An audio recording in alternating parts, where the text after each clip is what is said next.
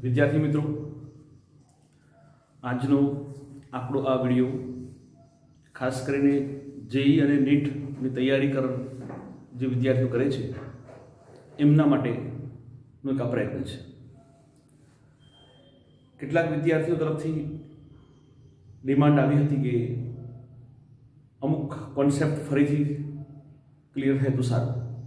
તો આજે આપણે અસરકારક કેન્દ્રીય ધનભાર અને એમાં શેલ્ટર્સ લો નો જે પોઈન્ટ છે, જે મુદ્દો છે, આપણે એની ચર્ચા કરીશું. વિદ્યાર્થી મિત્રો, અસરકારક કેન્દ્રીય ધનભાર ખૂબ મહત્વનો મુદ્દો છે. કોઈ પણ પરમાણુ માટે એની જે એટોમિક રેડિયસ એટલે કે એની પરમાણુ ત્રિજ્યા એની સાથે સંકળાયેલો મુદ્દો છે. આ કોઈ પણ પરમાણુની પરમાણુ ત્રિજ્યા એ આપણે આ ઝેડ ઇફેક્ટિવ એટલે કે અસરકારક કેન્દ્રીય ધનભાર દ્વારા આપણે એનું મૂલ્ય નક્કી કરી શકીએ છીએ. તો વિદ્યાર્થી મિત્રો, વાત કરીશું અસરકારક કેન્દ્રીય ધનભાર. તો પહેલા તો આપ સમજો કે અસરકારક કેન્દ્રીય ધનભાર એ શું છે, કેન્દ્રીય વીજભાર શું છે, એટલે કે ન્યુક્લિયર ચાર્જ શું છે, એની થોડી વાત કરો. આની અંદર બીજો એક મુદ્દો આવશે, સ્ક્રીનિંગ ઇફેક્ટ અથવા શિલ્ડિંગ ઇફેક્ટ, કારણ કે એની પણ આપણે આમાં જરૂર પડવાની છે. તો આજના આપણા આ વિડીયોમાં આપણે આટલી બાબતો સ્પષ્ટ કરીશું. પહેલી તો કેન્દ્રીય વીજભાર શું છે. ઉદાહરણ તરીકે વિદ્યાર્થી મિત્રો, એક પરમાણુ છે તો આપણે એને આ રીતે રજૂ કરીએ છીએ. કેન્દ્રમાં પ્રોટોન એટલે કે ન્યુક્લિયસ, પ્રોટોન અને ન્યુટ્રોન હોય છે. એની આજુબાજુ આ રીતે કક્ષાઓ હોય છે. પહેલી કક્ષા, બીજી કક્ષા, ત્રીજી કક્ષા, આ રીતે હોય છે. કક્ષાઓની અંદર ઇલેક્ટ્રોન હોય છે. આ ઇલેક્ટ્રોન છે, આ બી ઇલેક્ટ્રોન છે, આ બી ઇલેક્ટ્રોન છે. કક્ષાઓની અંદર એક કરતા વધારે પણ ઇલેક્ટ્રોન હોય છે.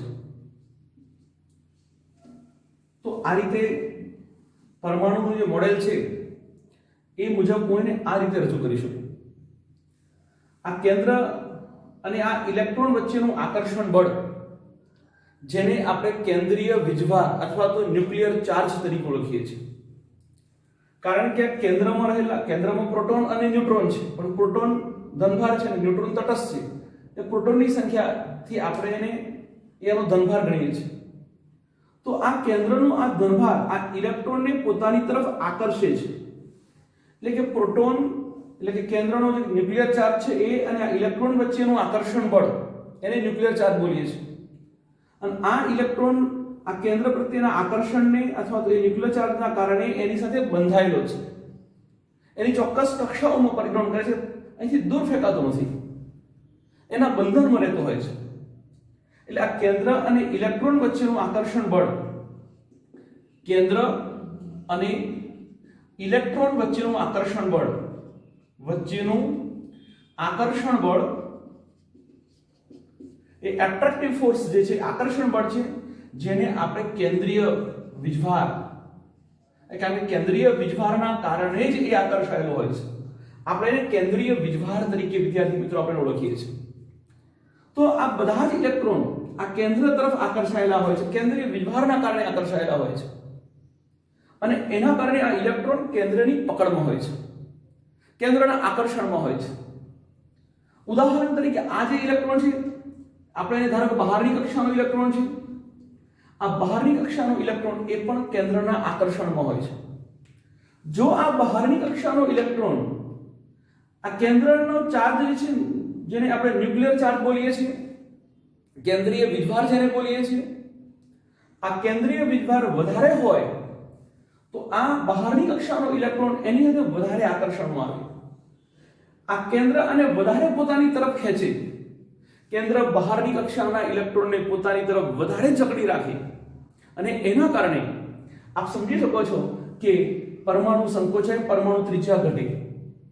પણ જો કેન્દ્રીય ચાર્જ જો ઓછો હોય, ન્યુક્લિયર ચાર્જનું પ્રમાણ ઓછું હોય, તો એ બહારની કક્ષાના ઇલેક્ટ્રોનને એ પોતાની તરફ એટલી પ્રબળતાથી આકર્ષી ન શકે, અને આકર્ષી ન શકે એના કારણે આ ઇલેક્ટ્રોન આ કેન્દ્રના વધારે આકર્ષણમાં ન રહેવાના, વધારે એકલો ખુલતો રહે, એના કારણે એની પરમાણુ ત્રિજ્યા વધારે આવે. તો પરમાણુ ત્રિજ્યા નક્કી કરવા માટે આ કેન્દ્રીય વીજભાર અને એનાથી હવે આગળ વાત કરીશું કે અસરકારક કેન્દ્રીય વીજભાર ખૂબ મહત્વની વસ્તુ છે. હવે વિદ્યાર્થી મિત્રો શું થવાનું છે આમાં કે ધારો કે જેમાં વધારે ઇલેક્ટ્રોન ધરાવતી સિસ્ટમો છે એવા પરમાણુઓની અંદર આપણે બહારની કક્ષાના ઇલેક્ટ્રોન, આપણે અંદરની કક્ષાના ઇલેક્ટ્રોનને બહુ કેન્દ્રીય પરમાણુ ત્રિજ્યા સાથે બહુ મતલબ નથી, પણ બહારની કક્ષાનો જે ઇલેક્ટ્રોન છે એને કેટલો કેન્દ્રીય ચાર્જ લાગે છે એને વધારે ઇફેક્ટ થાય છે. અને એ બહારની કક્ષા જેટલી વધારે સંકોચાય એટલી પરમાણુ ત્રિજ્યા ઓછી આપશે. પણ આ જે કેન્દ્રીય વીજભાર છે એ કેન્દ્રીય વીજભારને કે જે બહારની કક્ષાના ઇલેક્ટ્રોનનું કેન્દ્ર પ્રત્યેનું આકર્ષણ, જેને કહીશું કેન્દ્રીય વીજભાર, પણ એ જે કેન્દ્રીય વીજભાર છે, એ જે ન્યુક્લિયર ચાર્જ છે, એને આજે બહારની કક્ષા એટલે કે ઇનર એટલે કે અંદરની જે કક્ષાઓના જે ઇલેક્ટ્રોન છે, આ અંદરની કક્ષાના ઇલેક્ટ્રોન, આ ઇલેક્ટ્રોન કે જે કેન્દ્ર અને બહારની કક્ષાની વચ્ચે એનું સ્થાન છે, તો આ અંદરની કક્ષાના ઇલેક્ટ્રોન એ શું કરશે? આની ઉપર રિપલ્ઝન એટલે કે અપાકર્ષિત થશે. આ ઇલેક્ટ્રોન એને અપાકર્ષણ એટલે એને દૂર ધક્કો મારશે અને આ ન્યુક્લિયર ચાર્જ આ બહારની કક્ષાના ઇલેક્ટ્રોનને પોતાની તરફ ખેંચી રાખશે. વિદ્યાર્થી મિત્રો ખાસ ધ્યાન આપશો, બહુ મહત્વની વસ્તુ છે આ, કે આ અંદરની કક્ષાના ઇલેક્ટ્રોન એ બહારની કક્ષાના ઇલેક્ટ્રોનની એની પર અપાકર્ષણ પર અસર કરે.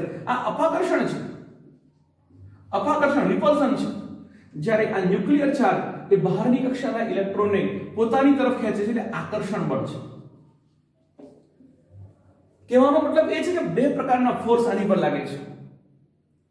એક છે આકર્ષણ બળ અને વિદ્યાર્થી મિત્રો બીજું છે અપાકર્ષણ બળ. આ અંદરની કક્ષાના ઇલેક્ટ્રોનનું અપાકર્ષણ બળ અને આ જે અંદરની કક્ષાના ઇલેક્ટ્રોન આ બહારની કક્ષાના ઇલેક્ટ્રોન ઉપર જે અપાકર્ષણ બળ લાગે છે અને એ અપાકર્ષણ બળના કારણે આને દૂર ધક્કો મારે અને એના કારણે આ ઇલેક્ટ્રોન ઉપર લાગતો જે અસરકારક જે ધનભાર છે એ ઓછો લાગવાનો છે. કારણ કે આ અપાકર્ષણ છે, હું આ ઇલેક્ટ્રોન ધારો કે હટાવી લઉં, વચ્ચેના કવચ હટાવી લઉં તો આને કોઈ અવરોધ નથી, પછી તો એને એની પર લાગતો અસરકારક ધનભાર વધારે હોય છે. પણ આ અંદરની જે કક્ષાઓ છે એના ઇલેક્ટ્રોનની અપાકર્ષણ અસરના કારણે, રિપલ્ઝન ઇફેક્ટના કારણે આ બહારની કક્ષાના ઇલેક્ટ્રોનનું કેન્દ્ર પ્રત્યેનું આકર્ષણ જે લાગવું જોઈએ એના કરતાં કંઈક ઓછું લાગશે અને જે ઓછું લાગશે અને એ જે છે આપણે એને અસરકારક ધનભાર તરીકે ઓળખીએ છીએ. આપણે એને રિયલ ફોર્સ કે એ નેટ એટ્રેક્શન કહીશું આપણે એને, કે ખરેખર આ બધા પરિબળોને બાદ કરી અને જે અસરકારકતા છે આપણે એને નેટ એટ્રેક્શન કહી શકીએ આપણે. અને આ નેટ એટ્રેક્શન અસરકારક ધનભાર એ આ બહારની કક્ષાના ઇલેક્ટ્રોનને આકર્ષવા માટે બહુ મહત્વનું પરિબળ છે. એ જ ઇફેક્ટ છે અને એના આધારે જ એની રેડિયસ, એના આધારે જ એની પરમાણુ ત્રિજ્યા નક્કી થતી હોય છે. તો વિદ્યાર્થી મિત્રો આપ જોઈ શકો છો અહીં બે પ્રકારના ફોર્સની વાત કરી તમને, અને મેં કહ્યું કે અસરકારક ધનભાર, ઉદાહરણ તરીકે આ ઇલેક્ટ્રોનને ન્યુક્લિયર ચાર્જ ધારો કે 10 ન્યૂટન લાગે છે અને વિદ્યાર્થી મિત્રો ધારો કે 2 ન્યૂટનનો અપાકર્ષણ ફોર્સ લાગે છે. ઇલેક્ટ્રોન સેમ વીજભાર હોવાના કારણે જે અપાકર્ષણ લાગે છે ધારો કે 2 ન્યૂટન છે, તો લાગતો અસરકારક ધનભાર કેવો થયો? 10 - 2 એટલે કેટલા થયા? 8 ન્યૂટન જેટલો ફોર્સ એને લાગશે. કહેવાનો એટલે રિયલ ફોર્સ એ થયો કે 8 ન્યૂટન જેટલું જ એના પર આકર્ષણ બળ લાગુ પાડવાનું છે. કે જે અપાકર્ષણ છે તો એને વિરુદ્ધ દિશામાં છે, એને રિપલ્સ કરે છે, એને દૂર ફેંકે છે. અને એટલા માટે આજે મેં સમજાવ્યું પ્રમાણે કે ધારો કે 10 ન્યુક્લિયર ચાર્જ હોય અને 10 ન્યૂટન ન્યુક્લિયર ચાર્જ હોય અને 2 ન્યૂટન ધારો કે અપાકર્ષણ બળ હોય, તો રિયલ જે ચાર્જ છે એ એક્ઝેક્ટલી 8 ન્યૂટન જેવું થયું છે. તો આ 8 ન્યૂટન એ ખરેખર એનો અસરકારક કેન્દ્રીય ધનભાર થયો. તો વિદ્યાર્થી મિત્રો અસરકારક કેન્દ્રીય ધનભાર એનો મતલબ એ થયો કે અસરકારક કેન્દ્રીય ધનભાર એટલે વિદ્યાર્થી મિત્રો સમજ આવી આપને કે અસરકારક કેન્દ્રીય ધનભાર એટલે કે અંદરની કક્ષાના ઇલેક્ટ્રોન વચ્ચેના અપાકર્ષણ બળના કારણે બહારની કક્ષાના ઇલેક્ટ્રોન પર લાગતું અથવા બહારની કક્ષાના ઇલેક્ટ્રોનને આ રિપલ્ઝનને કારણે જે ચોક્કસ કેન્દ્રીય વીજભાર લાગુ પડે છે અથવા તો જે કોઈ ઓછો વીજભાર લાગુ પડે છે, લાગુ જેના કરતા કંઈક ઓછો ધનભાર ફીલ થાય છે અને એ જે નેટ જે ચાર્જ છે આપણે એને અસરકારક કેન્દ્રીય ધનભાર તરીકે ઓળખીએ છીએ. એટલે એનો મતલબ એ થયો કે અસરકારક કેન્દ્રીય ધનભાર એટલે કે આપણે કહીશું ને net charge, net nuclear charge is equal two કેન્દ્રીય વીજભાર આપણે એને ન્યુક્લિયર ચાર્જ કહીશું માઇનસ આ ઇલેક્ટ્રોન વચ્ચેનું અપાકર્ષણ બળ. આપણે જાણીએ છીએ કે કેન્દ્રીય વીજભાર એટલે કે એમાં રહેલા પ્રોટોનની સંખ્યા એ એનો કેન્દ્રીય ચાર્જ થશે. કેન્દ્રીય ચાર્જ ઇલેક્ટ્રોનને પોતાની તરફ એટ્રેક્ટ કરશે, પણ આ ઇલેક્ટ્રોન વચ્ચેનું અપાકર્ષણ બળ કે જે રિપલ્ઝન બળ છે એટલે કે માઇનસ અપાકર્ષણ બળો. આપણે અપાકર્ષણ બળો, આ આકર્ષણ બળો છે, એમાંથી આ અપાકર્ષણ બળોને જો આપણે બાદ કરી દઈશું તો આપણને અસરકારક નેટ ન્યુક્લિયર ચાર્જ આપણને પ્રાપ્ત થશે. અસરકારક કેન્દ્રીય ધનભારને આપણે Z ઇફેક્ટિવ બોલીશું ઇઝ ઇક્વલ ટુ અસરકારક કેન્દ્રીય વીજભાર જેને આપણે Z પ્રોટોનની સંખ્યા દ્વારા દર્શાવીશું, જ્યારે માઇનસ આ અપાકર્ષણ બળો છે એ અપાકર્ષણ બળોને આપણે સ્ક્રીનિંગ અસર અથવા તો સ્ક્રીનિંગ ઇફેક્ટ, સ્ક્રીનિંગ કોફિશિયન્ટ તરીકે પણ ઓળખીએ છીએ, જેને આપણે સિગ્મા દ્વારા સ્ક્રીનિંગ કોફિશિયન્ટ, સ્ક્રીનિંગ અચળાંક અથવા સ્ક્રીનિંગ કોફિશિયન્ટ તરીકે ઓળખીએ છીએ. તો Z માઇનસ સિગ્મા, તો અસરકારક કેન્દ્રીય ધનભાર માટેનું સૂત્ર થયું Z ઇફેક્ટિવ બરાબર Z માઇનસ સિગ્મા. એટલે કે કેન્દ્રીય વીજભાર જે પ્રથમ સમજાવ્યું તમને અને એમાંથી જે અપાકર્ષણ બળોના કારણે લાગતો જે ફોર્સ છે એ બાદ કરી દઈશું, જેને આપણે સ્ક્રીનિંગ કોફિશિયન્ટ તરીકે ઓળખીશું અથવા સ્ક્રીનિંગ અચળાંક તરીકે ઓળખીશું. જો એ ફોર્સને આપણે બાદ કરી દઈશું અને જે ચાર્જ મળશે આપણે એને નેટ ન્યુક્લિયર ચાર્જ અથવા તો અસરકારક કેન્દ્રીય ધનભાર તરીકે ઓળખીએ છીએ. તો વિદ્યાર્થી મિત્રો, આપને સમજ પડી ગઈ હશે કે અસરકારક કેન્દ્રીય ધનભાર એટલે શું. આપણે આમાં જો વધારે આગળ વાત કરીશું કે આપણે જો કેન્દ્રીય વીજભાર ગણવો હોય તો આપેલા પરમાણુનો પરમાણુ ક્રમાંક એટલે કે પ્રોટોનની સંખ્યા એ એનો કેન્દ્રીય ચાર્જ છે. પણ જો આપણે આ સ્ક્રીનિંગ કોફિશિયન્ટને ગણવો હોય તો પહેલા આપણે સ્ક્રીનિંગ અસર સમજવી પડશે. તો વિદ્યાર્થી મિત્રો, હું સ્ક્રીનિંગ અસર વિશે થોડીક વાત કરીશ. તો સ્ક્રીનિંગ અસર કોને કહીશું? તો સ્ક્રીનિંગ અસર વિશે તો વિદ્યાર્થી મિત્રો આપ સમજો છો પ્રમાણે પરમાણુ છે, આ પહેલી કક્ષા, આ બીજી કક્ષા, આ ત્રીજી કક્ષા, દરેક કક્ષામાં ઇલેક્ટ્રોન હશે. કેટલાકમાં પહેલી કક્ષામાં 2 ઇલેક્ટ્રોન, બીજામાં 8, આ રીતે 1 2 3 4 5 6 7 અને 8. પછી બહારની કક્ષા એમાં પણ ઇલેક્ટ્રોન હશે. તો એક પરમાણુ ની ગોઠવણી આ રીતે હોય છે અને આ પ્રકારની ગોઠવણીમાં આ જે બહારની કક્ષાનો ઇલેક્ટ્રોન છે, ધારો કે લખું છું આ બહારની કક્ષાનો ઇલેક્ટ્રોન એને આ જે કેન્દ્રીય વીજભાર એટલે કે પ્રોટોન એને પોતાની તરફ એટ્રેક્ટ કરતો હોય છે. એ પોતાની તરફ જ્યારે એટ્રેક્ટ કરે ત્યારે બહારની કક્ષા સિવાય જે અંદરની જે કક્ષા છે એ અંદરની કક્ષાના ઇલેક્ટ્રોન એને રિપલ્સ કરે છે, અપાકર્ષણ કરે છે. અથવા તો આ અંદરની કક્ષાના જે ઇલેક્ટ્રોન છે, કારણ કે એ નેગેટિવ છે, આ બી નેગેટિવ છે, એટલે અપાકર્ષણ થાય અને એની અસર થાય. તો આ બહારની કક્ષા સિવાયની જે અંદરની જે કક્ષાઓ છે એ અંદરની કક્ષાના ઇલેક્ટ્રોન કેન્દ્ર ઉપર એક પ્રકારનું શિલ્ડ ઊભું કરે છે અથવા એક સ્ક્રીનિંગ તરીકે કામ કરે છે. તો આ જે અંદરની જે કક્ષાઓ છે એક શિલ્ડ એટલે કે એક સ્કીન તરીકે એટલે કે એટલા માટે એને શિલ્ડિંગ ઇફેક્ટ પણ બોલાય છે. ઉદાહરણ તરીકે ધારો કે લોહચુંબકનો કોઈ ટુકડો હોય અને લોહચુંબકના ટુકડા ઉપર આપણે કાગળ અથવા તો કાપડ વીંટાળી અને એની પર પડ ચડાવી દઈએ તો પછી જે લોહચુંબક છે એ આયન પાર્ટિકલને થોડા ધીમેથી આકર્ષશે. જે લોહચુંબક છે એને આયર્ન પાર્ટિકલને જે એટ્રેક્ટ કરવાનો જે ફોર્સ છે એ પેલા જે કાપડનું જે કવચ ચડાયેલું એની ઉપર એના કારણે એ અસરના કારણે જે આયર્ન પાર્ટિકલ જે લોહચુંબક ઉપર આકર્ષાવાના હતા એ પ્રમાણમાં ઓછા આકર્ષાશે. તો એવી જ રીતનું વર્ક અહીં થઈ રહ્યું છે કે આ જે કેન્દ્ર છે આ ઇલેક્ટ્રોનને પોતાની તરફ એટ્રેક્ટ કરે છે, પણ આ ઇનર જે સેલ છે, અંદરની જે કક્ષાઓ છે, એના જે પૂર્ણ ભરેલી કક્ષકો છે એ આ કેન્દ્ર ઉપર, ન્યુક્લિયસ ઉપર એક શિલ્ડ ઊભું કરે છે, એક સ્કીન ઊભી કરે છે, એને ઢાંકી દે છે સાદી ભાષામાં કહું તો. અને એના કારણે જેમ લોહચુંબક ઉપર કાપડ ઢાંકવાની વાત કરી એવી રીતે, તો સેમ એવી રીતે પોતે એક કવચ બનાવે છે, એક શિલ્ડ બનાવે છે અથવા તો સ્ક્રીન ઊભી કરે છે.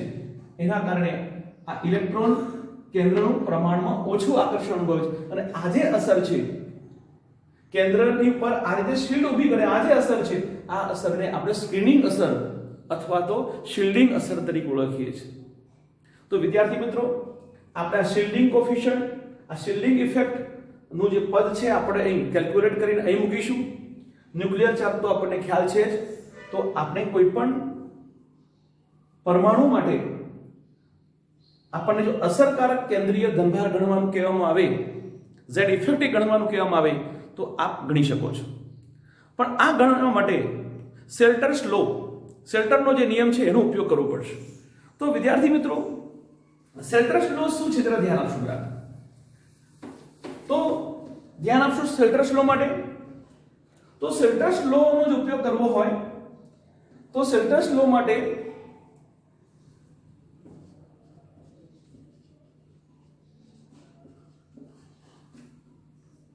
બે સ્ટેપ છે અથવા તો બે ભાગ પડશે. પહેલા ફર્સ્ટ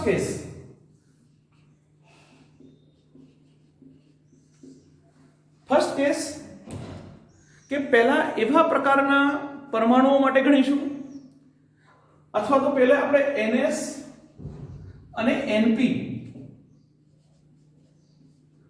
પ્રકારના જે ઇલેક્ટ્રોન છે આ સેલ્ટર્સ લોમાં બે કેસ બતાવીશું. પહેલો છે NS અથવા NP પ્રકારના જે ઇલેક્ટ્રોન છે. તો આ પ્રકારના ઇલેક્ટ્રોન માટે Z ઇફેક્ટિવ ગણીશું. તો આના માટે Z ઇફેક્ટિવ ગણવા માટે આ જે સ્ક્રીનિંગ કોફિશિયન્ટ ગણવાનો છે અથવા એના માટે આપણે પહેલા સિગ્મા ગણીશું, પછી એની કિંમત આપણે આમાં મૂકીશું, સિગ્મા કેલ્ક્યુલેટ કરીશું. તો આના માટે શું કરવાનું છે? તો વિદ્યાર્થી મિત્રો, હું ઉદાહરણ આપીને સમજાવીશ, આપ બરાબર ધ્યાન આપશો. તો આના માટે સિગ્મા ગણવું છે. તો વિદ્યાર્થી મિત્રો, સૌપ્રથમ આપેલા પરમાણુની ઇલેક્ટ્રોન રચના લખવી.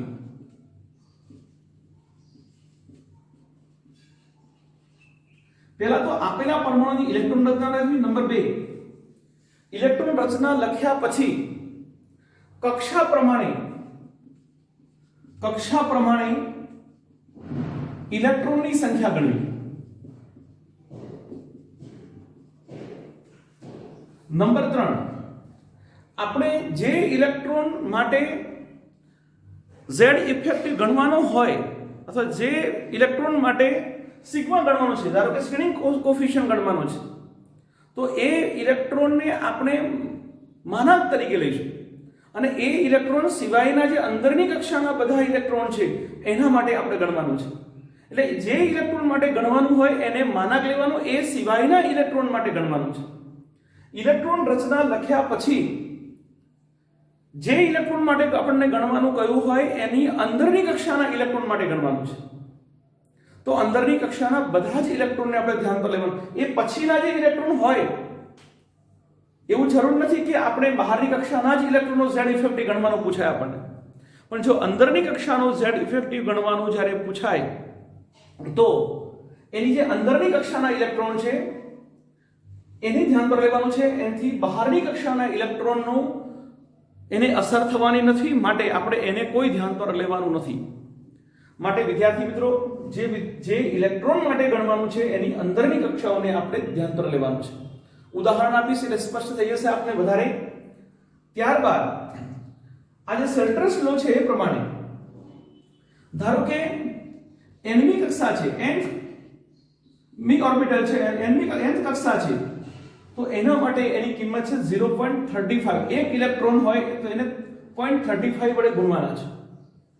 ત્યારબાદ n-1 કક્ષામાં જેટલા ઇલેક્ટ્રોન હોય, આ ઈચ ઇલેક્ટ્રોન સિગ્મા, આ ઈચ ઇલેક્ટ્રોન પ્રત્યેક ઇલેક્ટ્રોનને ગુણવાનો છે, ઈચ ઇલેક્ટ્રોન માટે છે.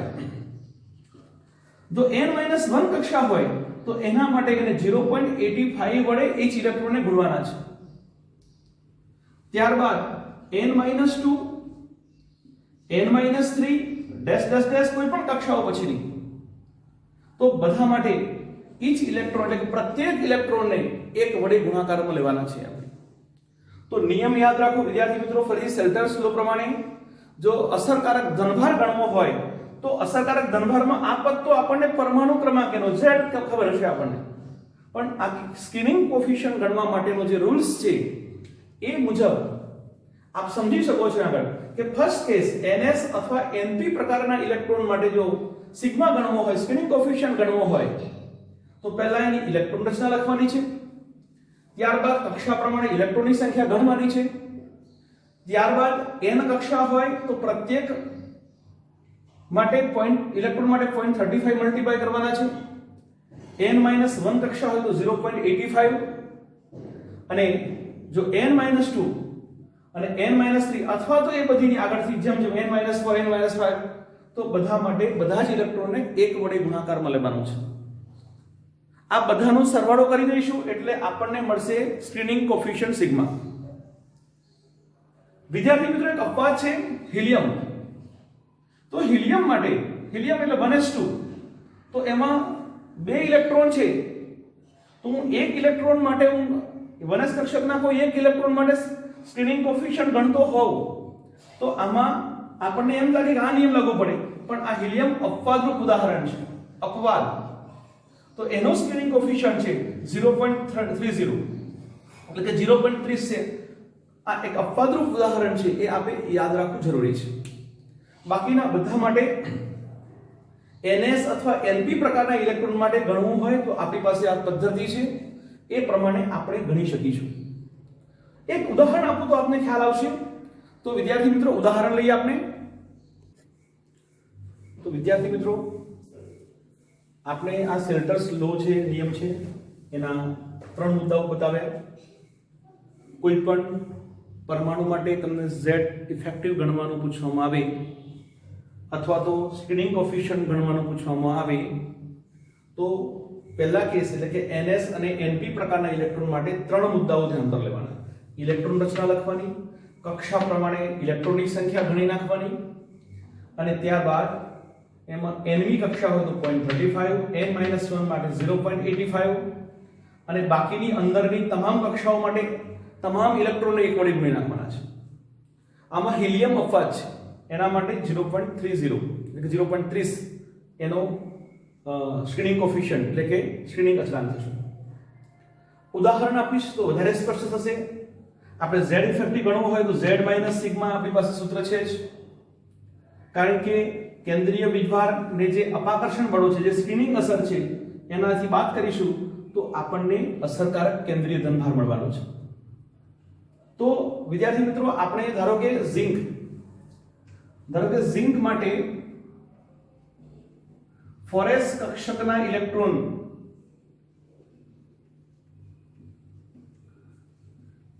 માટે z ઇફેક્ટિવ અથવા તો સિગ્મા ગણો. આપણે ઝિંકનું ઉદાહરણ લઈશું.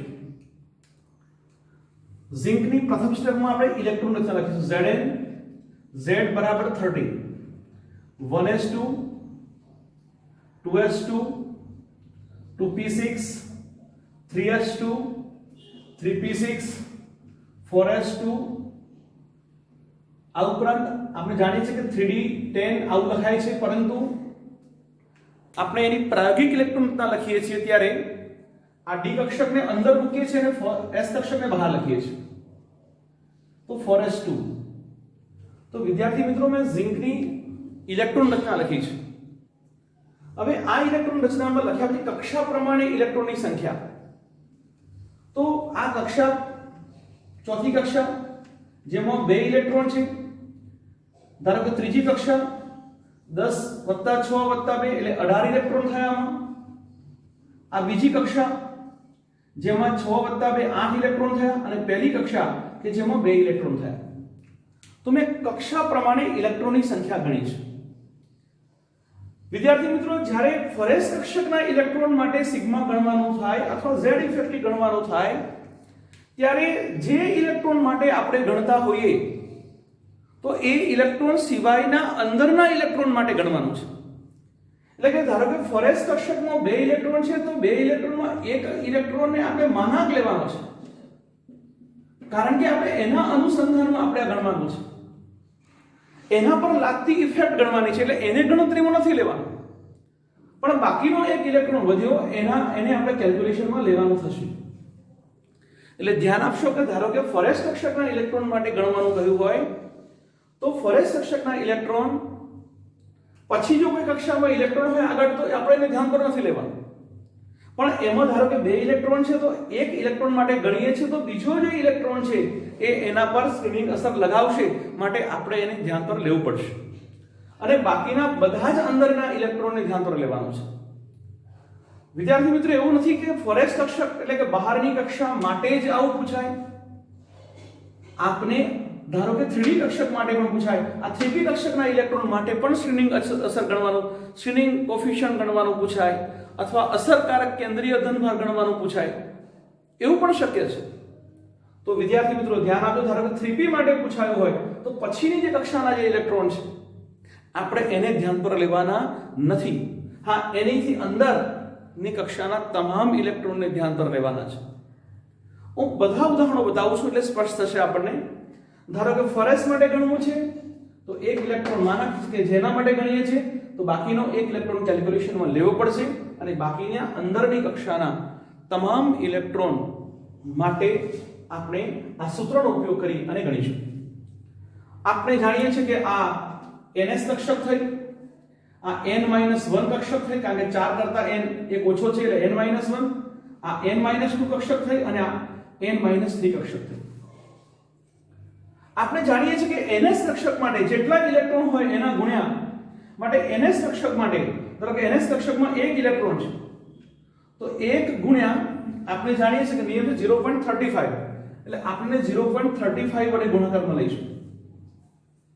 n-1 કક્ષા એટલે ધારો કે એની અંદર n-1 કક્ષા એમાં 18 ઇલેક્ટ્રોન છે તો 18 ઇલેક્ટ્રોન તો 18 ગુણ્યા તો n-1 છે 0.85 એટલે મલ્ટીપ્લાય કરીશું 0.85 વડે.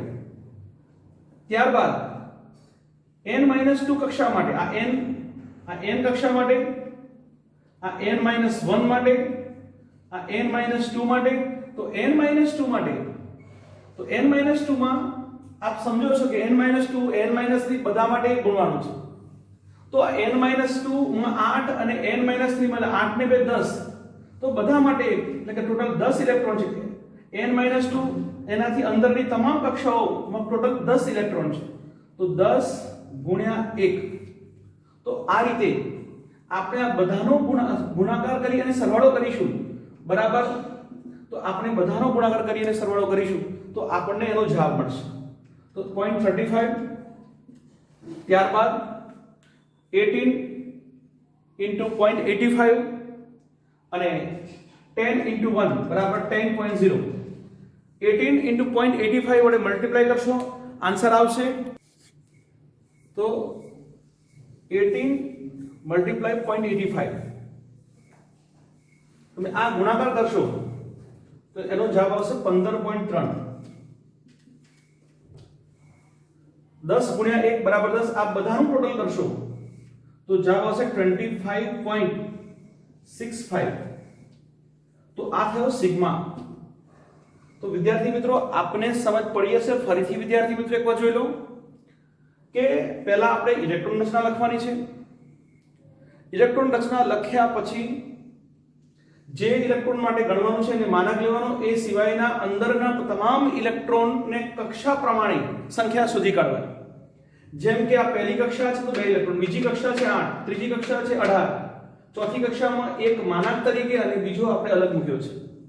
એટલે કે ns કક્ષકમાં હવે એક જ ઇલેક્ટ્રોન વધ્યો છે, એ અપાકર્ષણ કરશે આ ઇલેક્ટ્રોન ઉપર, માટે એના 1 ગુણ્યા 0.35 બરાબર 0.35, n-1 એટલે એનાથી એક અંદરની કક્ષા, એમાં 18 ઇલેક્ટ્રોન છે, 18 ગુણ્યા 0.85 બરાબર 15.3, જ્યારે n-2 એટલે એનાથી અંદરની અને એનાથી વધારે આગળ, એટલે બધા માટે ગુણાકાર 1 થવાનો છે, એટલે બધા ઇલેક્ટ્રોનને મેં એક સાથે લઈ લઈશું, તો 10 ઇલેક્ટ્રોન 10 ગુણ્યા 1 બરાબર 10, આ બધાનું ટોટલ કરશું તો જવાબ આવશે 25.65 સિગ્મા આવશે.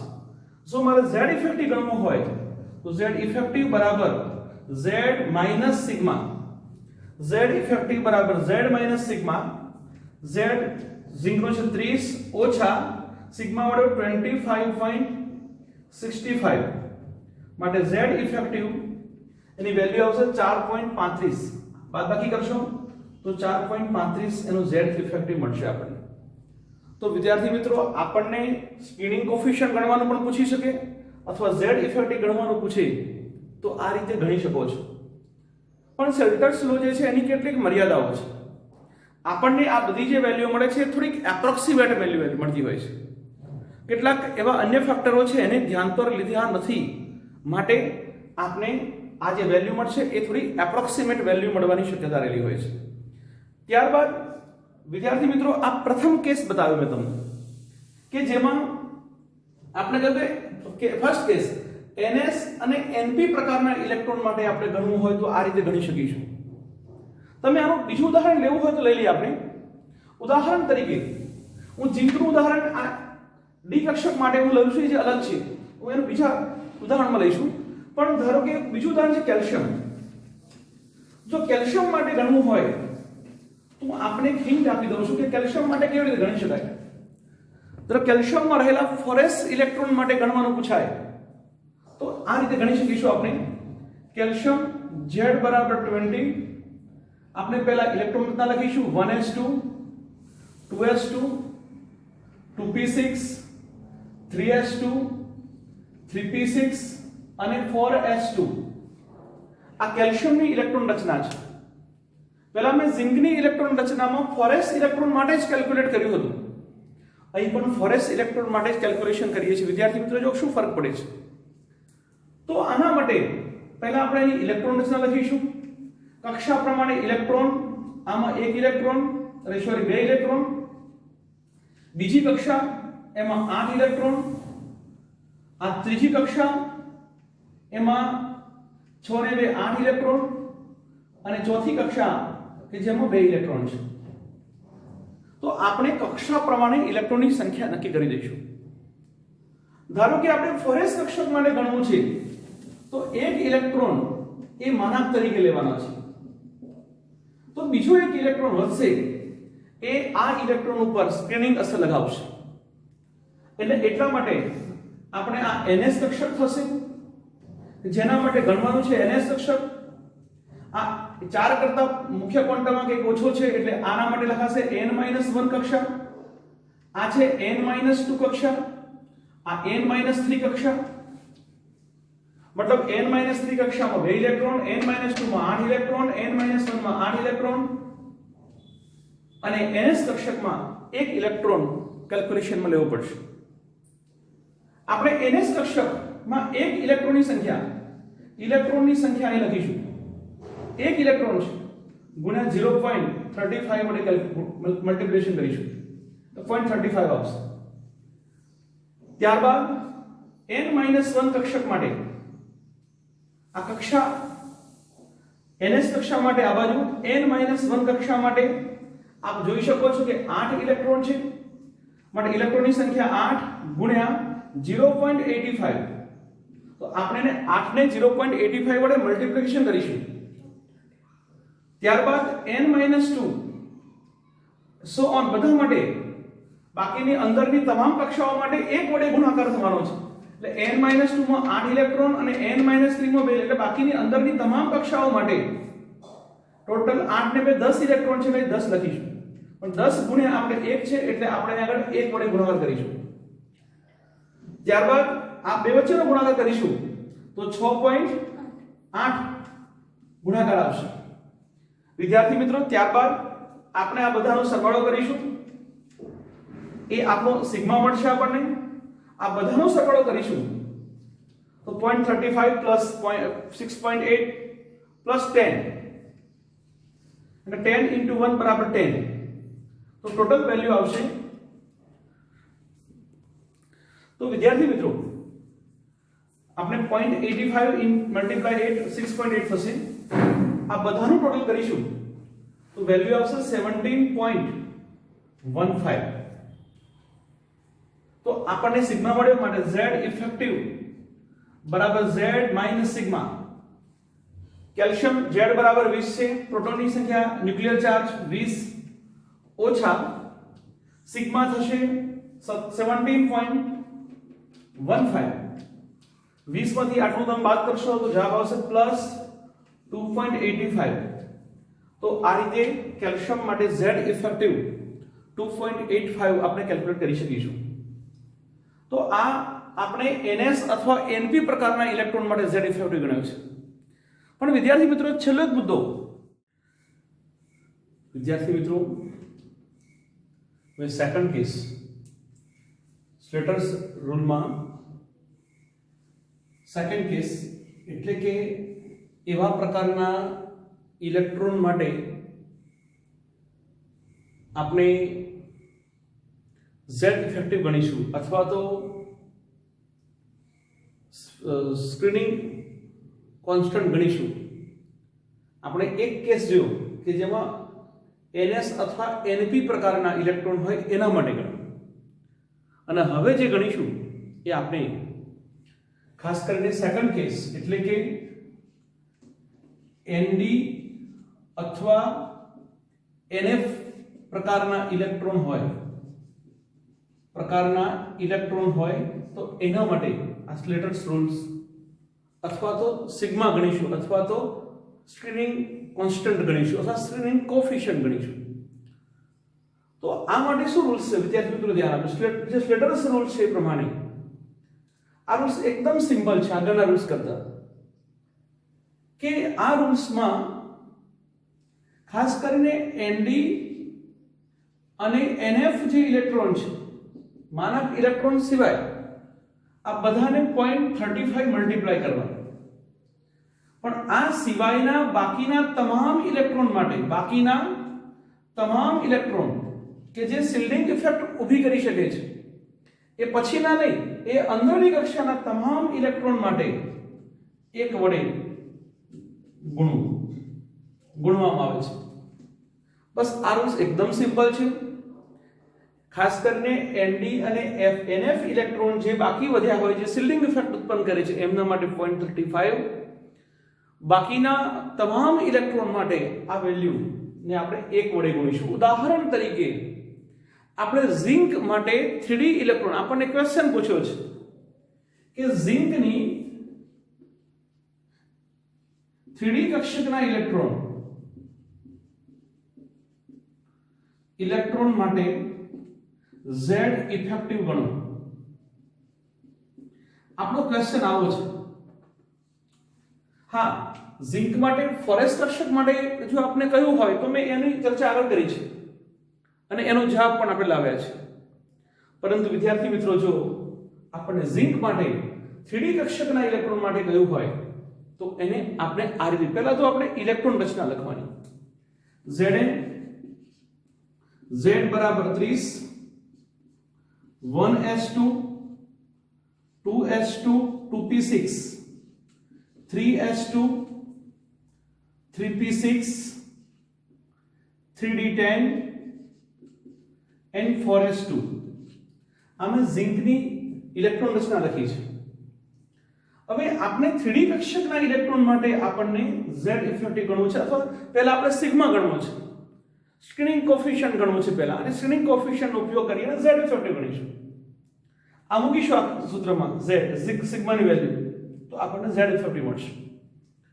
તો આ માટે આપણે 3D કક્ષકના ઇલેક્ટ્રોન માટે કહ્યું છે. 3D કક્ષકના ઇલેક્ટ્રોનમાં ટોટલ 10 ઇલેક્ટ્રોન છે. 10 માંથી એક ઇલેક્ટ્રોન કે જેના માટે ગણીએ છે એ માનાંક તરીકે લેશે, માટે બાકીના 9 ઇલેક્ટ્રોન, 10 માંથી બાકીના 9 ઇલેક્ટ્રોન આ ND કક્ષકમાં રહેશે. પણ આ બાજુ ફોરેસ કક્ષકના જે ઇલેક્ટ્રોન છે કે જે આનાથી જમણી બાજુની સાઈડ છે એનાથી આગળની કક્ષામાં છે, માટે આનો જે સિગ્મા છે 0, એટલે આપણે આ 0 હોવાના કારણે આપણે એ પછીની કક્ષકના ઇલેક્ટ્રોનને ધ્યાન પર લેવાના નથી, અને માટે આ 3D કક્ષકના ઇલેક્ટ્રોન માટે ગણીએ છીએ, માટે એના એક ઇલેક્ટ્રોનની ગણિત માટે એને માનાંક તરીકે લીધું છે. બાકીના 9 ઇલેક્ટ્રોન એના પર એ ઇલેક્ટ્રોન પર શિલ્ડિંગ ઇફેક્ટ ઉત્પન્ન કરશે, માટે આપણે 9 ને ધ્યાન પર લેવા પડશે.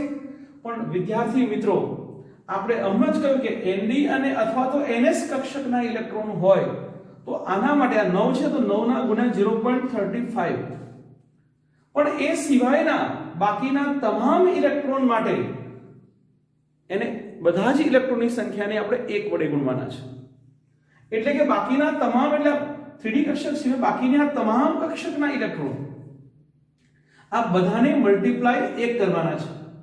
પણ આપ જોઈ શકો છો બધામાં 6 + 2 8 ને 2 10 ને 16 ને 2 18, ટોટલ 18 ઇલેક્ટ્રોન છે.